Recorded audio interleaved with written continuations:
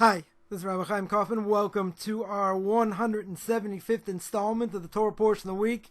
We are holding by Parshas Bamidbar, Parshas Bamidbar, a new book, the book of Numbers. It speaks about census taken in the wilderness of all the tribes. Right? It speaks about the formations, the flags.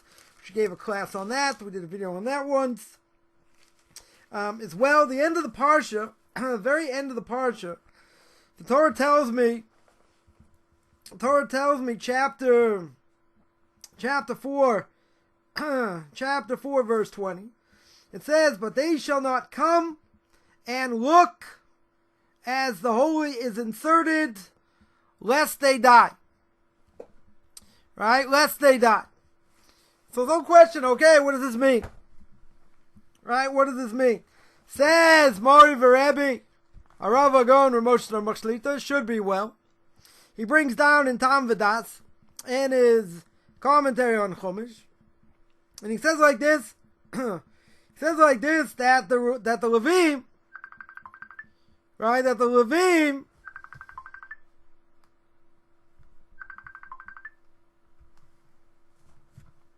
Levim themselves we're not allowed to look at the Aron. Right? They're not allowed to look at the Aron. Right? Only when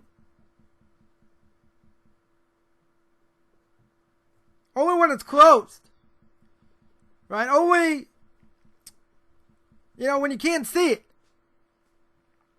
Well, you may say that defeats the purpose. Okay, you can look at the outside. Right? You're not allowed to look at it while it's open. Right, so Rebbe here says, who are the Levim? The Levim are the Talmidei Chachamim. They are the rabbis, right? They are the rabbinic scholars. And rabbinic scholars are like the Levites of all generations. Right? In other words, in all generations, the rabbinic scholars have the status of the Levites. They're the ones who teach. They're the ones that give over. They're the ones that have the right, the ability to interpret. Right? Deuteronomy chapter 17, verse 10 and 11, you have to listen to the rabbis. Right? It's an obligation to listen to what the rabbis tell us. So what does this teach us over here? The fact that they're not allowed to look at the Aron. He says that the Aron is so holy. Right? That the Aron is so holy, and the holiness is even when it's enclosed. Even when it's in a box, and the box is closed, there's still holiness. The Rabbi says, when a person delves deeply into Torah, we only understand what we can fathom. Because really, the essence of Torah is really hidden. Now you're going to say, how can that be? How in the world is that possible? Because obviously we mentioned the rabbis have the right to interpret every generation. Right? In every generation. So what are they interpreting? Right? If it's that covered and it's that deep, right? Don't the prophets say it's as wide as the oceans, totally expansive, meaning that we only uncover very, very small amounts of what the Torah is, even in our own limited understanding. Regardless, doesn't matter, right? We still have to learn. We still have to learn to the best of our ability. So therefore, even though the Torah is covered, and we don't really fully understand the depth, the deepness, even though we got an obligation to, it doesn't matter. Still have to put our best foot forward. Because essentially, the Torah is so deep, it's covered. It's covered in layers. And we uncover small amounts. Small amounts of these layers. Now, comes along Mori Rebbe, what does he say? What does he learn over here? He said, from here we learn out there's an answer to the ones that want to change the status of Torah. They want to change the laws of Torah. Because what are they going to say? What's their claim to be able to say we have the ability to change the Torah? The fact that the Torah itself, got to make it more modern. Got to make it more modern. Got to live in this world. Torah speaks about things that have no connection to this world. That's what they'll tell you.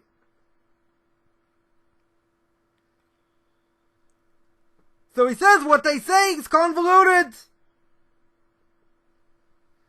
Because what happens when we keep Torah? What happens when we keep the mitzvahs? What are we doing? We are doing Ratzon Hashem. We are doing what God wants us to do. He gave us a book. He told us how to do it.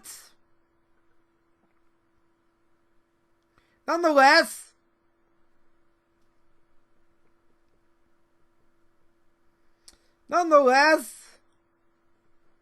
even if we don't understand fully the depths of what the Torah is, the rabbis are given in every generation, go back to Deuteronomy chapter 17, to interpret, to make decrees.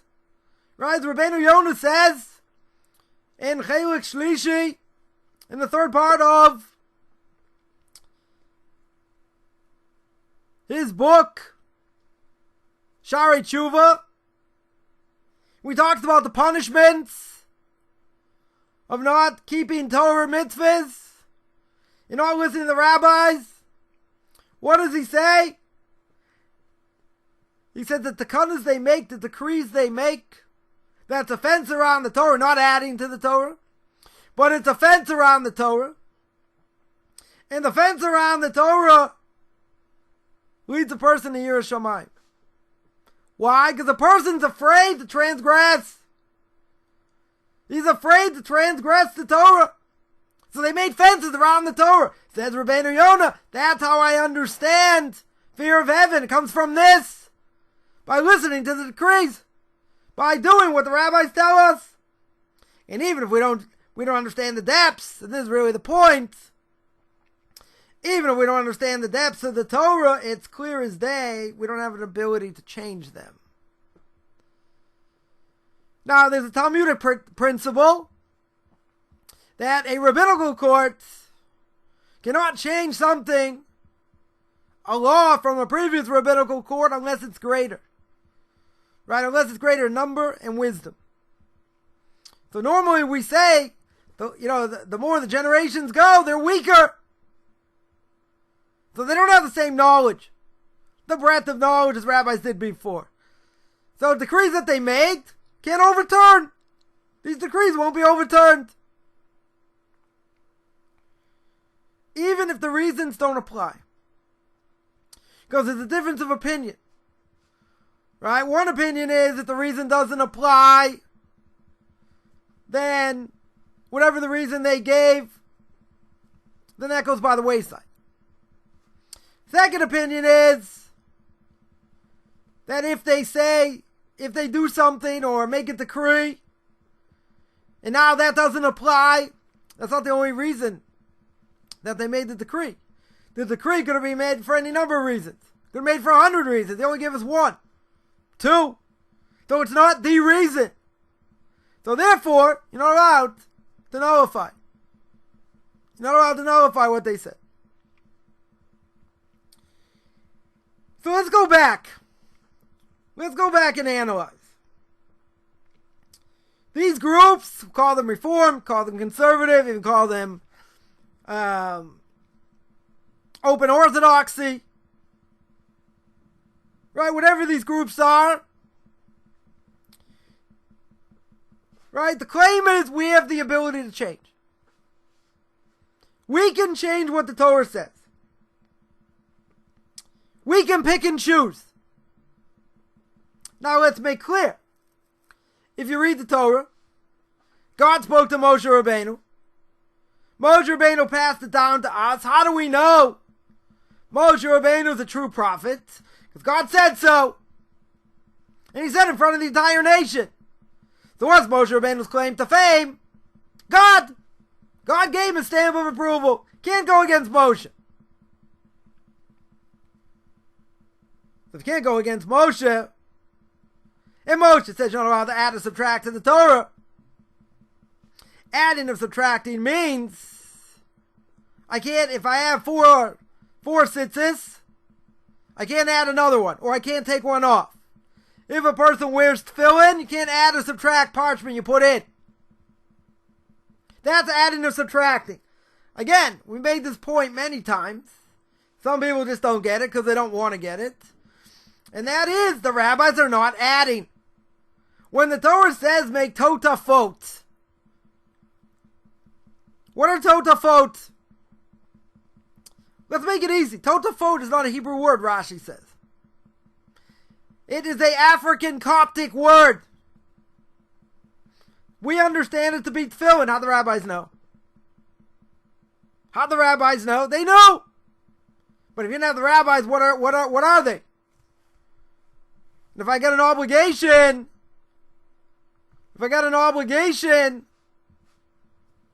to wear them every day, except on Shabbos or a festival, I have to know what they are.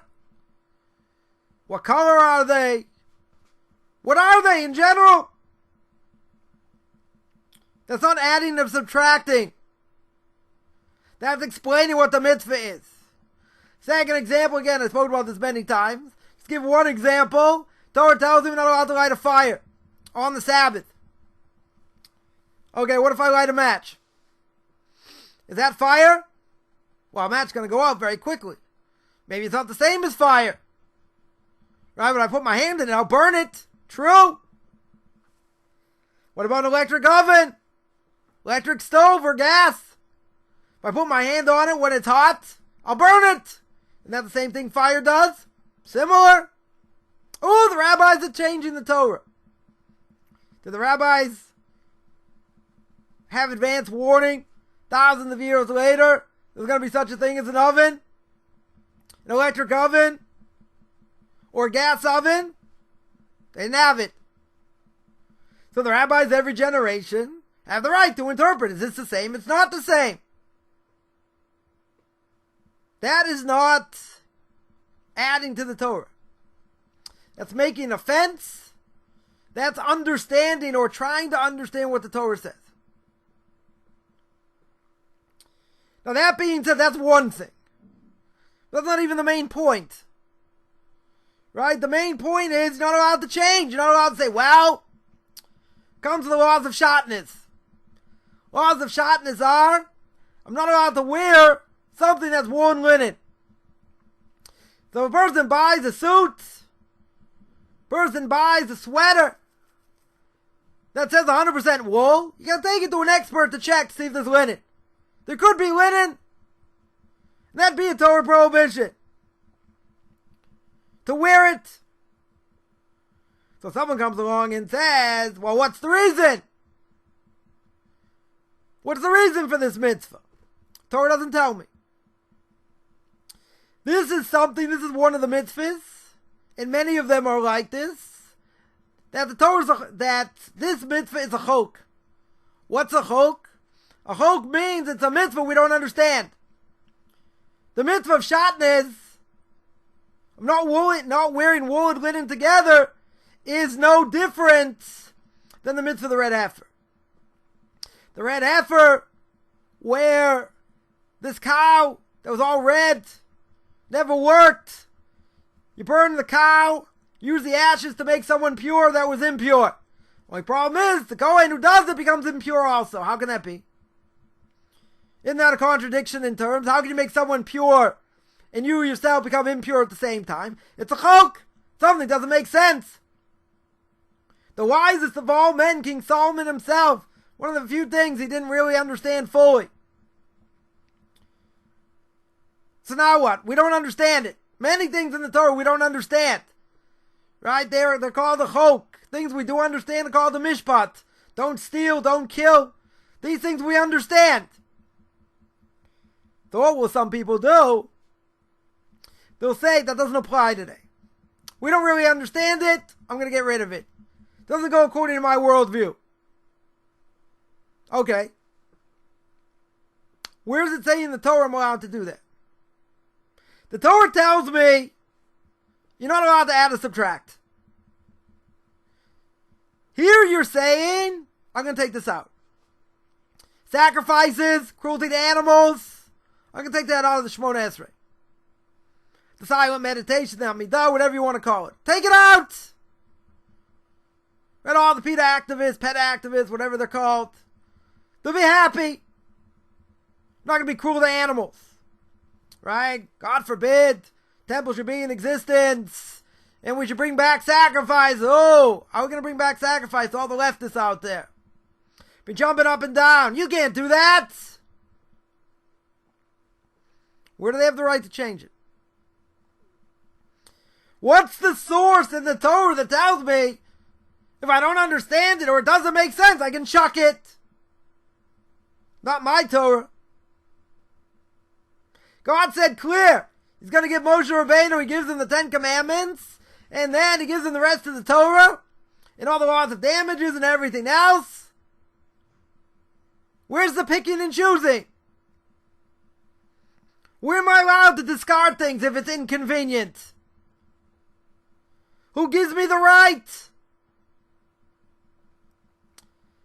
If there's no prophet as great as Moshe, God spoke to Moshe. Moshe passed it down, one of the 13 principles, and it's unchanged. The Torah is totally unchanged, as was given to him. And who gave him a stamp of approval? God himself, so no other prophet, quote unquote, can come and contradict him. That makes him a false prophet. If that's the case, where do you get the idea that a person can pick and choose? Right? So what's their argument? Their argument, my Rebbe says, that the laws of the Torah and the reason for the mitzvahs don't apply today. Or maybe a lot of them don't apply. Not all of them. Maybe a lot of them don't apply. Isn't that the base of the conservative movement? You know, when they started, they want to make Judaism relevant to the 20th century. Bring Judaism into the modern era.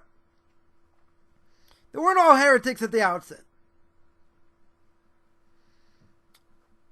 It was only a matter of time. The Reform movement, nothing to talk about. When they started, the late 1800s, right, their goal was to change things. They admitted openly, we are going to take things out. We are going to change things. Okay, you know what their agenda is. The conservative movement, they didn't go that far at the beginning. But that's eventually what they became. So the reality is only 10 years behind the Reform movement. Not much different. They wanted to preserve certain things. Very good. Where do you draw the line? What's worth preserving, what's not? How do you know? Let's say when it comes to shotnas, there aren't, they're not Kabbalistic secrets. Or whatever by doing this, and how deep it really could be. Could be. So how do you know to get rid of that, not something else? We'll say, well, we have a committee. We have a whole bunch of rabbis. We can make a decision.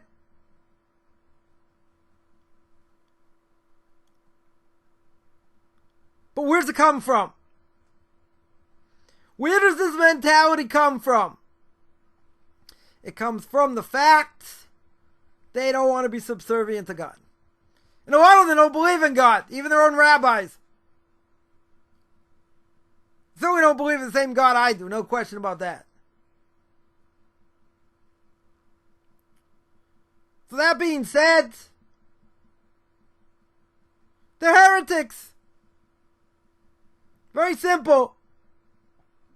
The Torah does not give me permission to carve it up and to say, this part we'll do, this part we won't. This applies really, this one doesn't. How do they make that decision? What's it based on? So to me, it's very simple. It's based on agenda. It's based on what's going on in the world. Now, they ordain and allow homosexuals, not to mention women. Torah states clear, homosexuality is forbidden. I don't know how you get around that either. Right? Pretty clear, it's forbidden.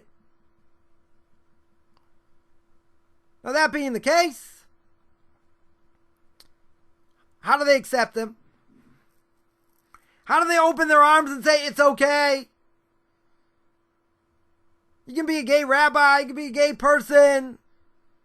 You gotta be open-minded till our brains fall on the floor. Where does this come from? The gay and lesbians have a lot of power. Tremendous amount of power. So they'll say we should be all-inclusive. God forbid we should make a stand and say, that's not okay. Don't want to be homophobic. But the question we always get back to, the question is the Torah true or it's not true? Did God speak at Mount Sinai or he didn't speak at Mount Sinai? That's the question. If he didn't speak at Mount Sinai, it's all made up. Right? It's for authors and a redactor, according to the Welthausen documentary hypothesis, which all of academia they hold to be true. Obviously we don't. But even if it's man-made, so where is it written? Where is it written in any place that I have the right to change and do what I want? To say we have the opportunity for rabbinic interpretation. As if to say, the rabbis 2,000 years ago, we're in the same status. Just to make a point, the men of the Great Assembly, 120 men of the Great Assembly, right, a lot of prophets there as well. They had the ability to bring people back from the dead, but couldn't do it because the generation wasn't worthy. Now, if the 120 men of the Great Assembly wrote most of the prayers that we say and organized them, and they had the ability to bring people back from the dead, how in the world 2,000 years later can say we're compared to them? They make decrees, we can make decrees. We're on the same level. I don't think so. The further you get away from Mount Sinai,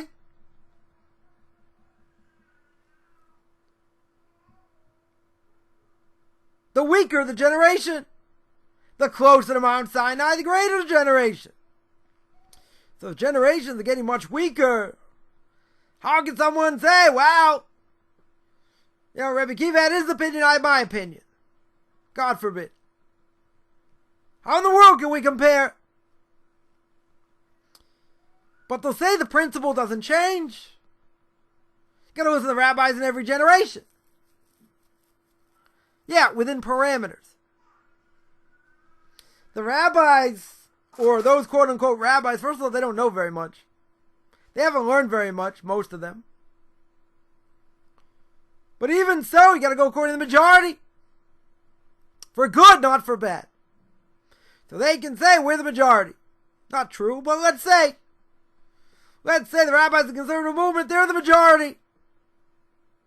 Does that give me the right, or does that give them the right to make decrees? You say we're the majority. Yeah, that's only for good. Not to carve up the Torah. not to make it a fossil, not to make it whatever I think it is. Who gives them the right? You can't take a principle of the Torah. I mean, you can, because people do it. And they'll quote it. And they'll just rip it to shreds. Because they don't know how it works. They don't know how it applies. Someone I went to university with, once said many years ago, the conservative synagogues in New York, they wanted to bring Friday night into Shabbos. They tried to get this campaign getting people to go to synagogue on Shabbos. So one synagogue had 1,000 people. 1,000 people Friday night. There's music, which is forbidden. All kinds of things. So a friend of mine said, look at all these people that came. I said, first of all, you got to do follow-up. If they came, you got to try and keep them there. Entice them to stay. But even so, I said, it's never going to work. They said, why not? Look how many people came. I said, yeah, but there's another Talmudic dictum. The Talmudic dictum is a mitzvah ba'avera. When a person does a mitzvah, they're transgressing at the same time. For example, a person took a lulav, stole it from somebody else, and then he shakes the lulav on Sukkot, makes the blessing. Is that a blessing? No. It's not his. Not allowed to steal lulav and use it. That's a mitzvah ba'avera. Right? That's the mitzvah you're doing. Essentially, it's an avera. It's a transgression. So these people, they're going to travel, travel to synagogue or whatever. Okay, it's bad enough. But once you get them inside, it's like a concert. And you got music and other things. It's kind of like a three-legged chair. Right? You can all try this at home. Build a three-legged chair. And then sit on it. They say, I'm not going to do that. Why not? Because a three-legged chair can't stand. Don't you get it? It's got to have 4 legs. If it doesn't have 4 legs, it won't stand. Boy, it's a good point. 100% right. It will not stand. So you want to bring up something, you want to do something that's a travesty of my language, travesty of a mockery of a sham. It's like a three-legged chair. Numbers don't mean anything. First of all, you got to get them back into synagogue the next week. Right? You got to work with them. Get them interested. So a lot of them you got to lose. It's a one-shot deal. Some of them might get interested, okay? But it's not done for the sake of heaven here. Yeah, you're trying to bring them closer. But you're enticing them with something that's forbidden. So how can it be that if it's forbidden, you say it's a good thing? Well, maybe you don't know that's forbidden. Maybe using, an organ and instruments and whatever. Maybe that's not a problem on Shabbos. We hold Shulchan Aruch, Code of Jewish Law, holds forbidden. These are not a hold by that. Okay? See, you really can't argue. Because you're not holding the same realm. First of all, they don't believe God is absolute. If they believe in God at all.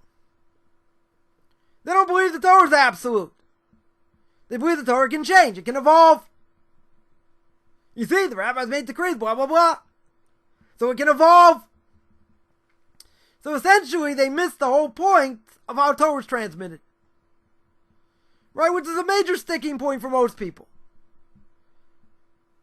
Right? You got to go on Tanakh Talk. I made 2 videos. 2 videos on oral law and how it works.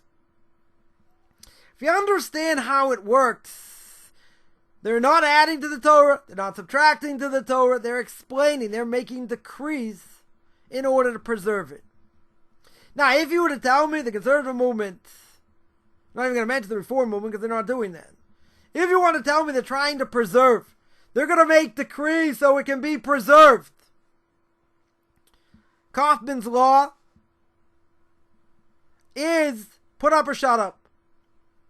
Does it work?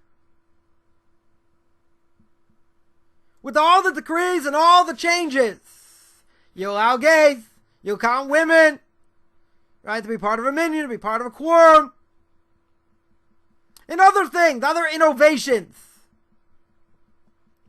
My question would be, what do these innovations do? Does it bring more people closer to God? Does it bring them to synagogue on a regular basis? Does it increase their Torah observance? Now, some people will say yes, it does. My experience is that's not true. Right? That is definitely not true. It may sound nice, but it's not getting the vast majority of people into Judaism. It's saying we have a right. Judaism shouldn't discriminate against women. So we have a right. So what? That's nothing to do with Judaism. Right? It's not about rights, per se. Men and women have different roles. That's not the purpose of this topic. Right? Of this video. They're different. If they're different physiologically, it's a good chance they're different spiritually and what their obligations are. Some may say, oh, it's apologetics, it's this. Whatever. Men and women have different roles. If they were meant to have the same role, they would. But they don't. So now the question is, if we could get around the philosophical issues and the halachic issues, and you make all these innovations, I might be inclined to say, well, maybe it's a good thing if it would bring more people closer to Torah. I mean, it doesn't work, so it's really a moot point. But at the end of the day, with everything they've done, what's the end result? The end result is 60-70%, if not more, into marriage. So with all the innovations, Jews are still marrying non-Jews at a high rate. Very high rate. That can never be good. Judaism is supposed to survive. It's supposed to be passed down to the next generation. Torah says many times this is forever. Certain things went by the wayside because we blew it. We messed it up. But the Torah itself, it's not going to disappear. Jews, spiritually, will disappear. Not all of them. Right, when we turn the Torah to the Ark, every Monday, Thursday, Shabbos, we say, Eitz Chaim Machzikim Bo. Torah is the tree of life, those that grab it, grab fast to it. Am I adding anything to the Torah? I grab it? No. The question is, what has the Torah done for me? What does it do for me? Does it change me or not? And if it doesn't change me, then I got a problem. It means I have a lot to work on. We all have a lot to work on. But the purpose of Torah is for me not to be a frummer student. Not to be an Orthodox student, as my Rebbe's Rebbe Moshe Schneider, Zecher Tzadik Levrachim, his name be blessed, would say. Can't learn Torah like mathematics. It's about change. It's about hard work. But even if you wanted to argue, that's really a moot point, but even if you wanted to argue and say all the bases of all these things that are changed, and you could bring halachic proof, which you can't, but let's say you could. Say, okay, let's have a discussion. But the premise of the discussion would be, what is going to be the end result? Now, don't these people want their fellow Jews to care more about Judaism? to be more observant to whatever level, whatever that means.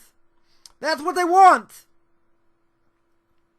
But if it's based on a lie, and if it's based on something that the end result is 70% into marriage or worse, it doesn't matter what your philosophical outlook is. In my language, it's game over. Don't pass go, don't collect 200. It's over. So with all the edifices, all the big buildings, all the money they have, what's it worth?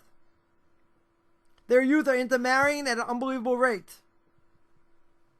One generation wiped out. Thousands. Right? Many, many years ago, there was a study done, I think in the early 90s. You know, what's going on with these movements? According to the studies, they were losing 35,000 Jews a year to intermarriage and assimilation. 35,000. Now, what about all the people that return to Judaism, become Orthodox Jews or converts? Drop in the bucket. You're losing tens of thousands more. And those numbers are probably low today. So people are assimilating out at an unbelievable rate. So what happened to all the innovations?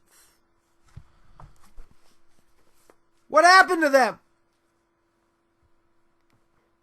If they're so great, and they're so important to bring Judaism into the 20th century, 21st century, we're going to be so much more open-minded than those closed-minded Orthodox Jews. That's beautiful. You want to bring people close to the Torah? That's great. There's only one problem. It doesn't work. And if it doesn't work, why do I care what your philosophy is? Why even get into discussion of philosophy? If Judaism is eternal, this is a disaster. And it'll continue to be a disaster. Because people are going to fall by the wayside. Jews will disappear spiritually, except for the Orthodox. Whether you like it, whether you don't like it, you're looking at the future. There is no other future. Not with people that are assimilated, reform, and conservative. There's no other future except us, the Orthodox. We're the only ones that can perpetuate Judaism. We have a very, very high success rate. So it has nothing to do with philosophy. But again, the whole point is, where in the Torah does it tell me I have the right to do that? What's the source? To be able to change things. To disregard things. Rabbis didn't do that. Rabbis made decrees. They strengthened the Torah, not weakened it. If they could show that would strengthen the Torah, let's hear. Let's see. You know, the responsibility is on them. They can say whatever they want about us. We're not falling by the wayside. We're not going into an abyss. They're just digging a hole they can't get out of. They're in quicksand. Sinking. And sinking.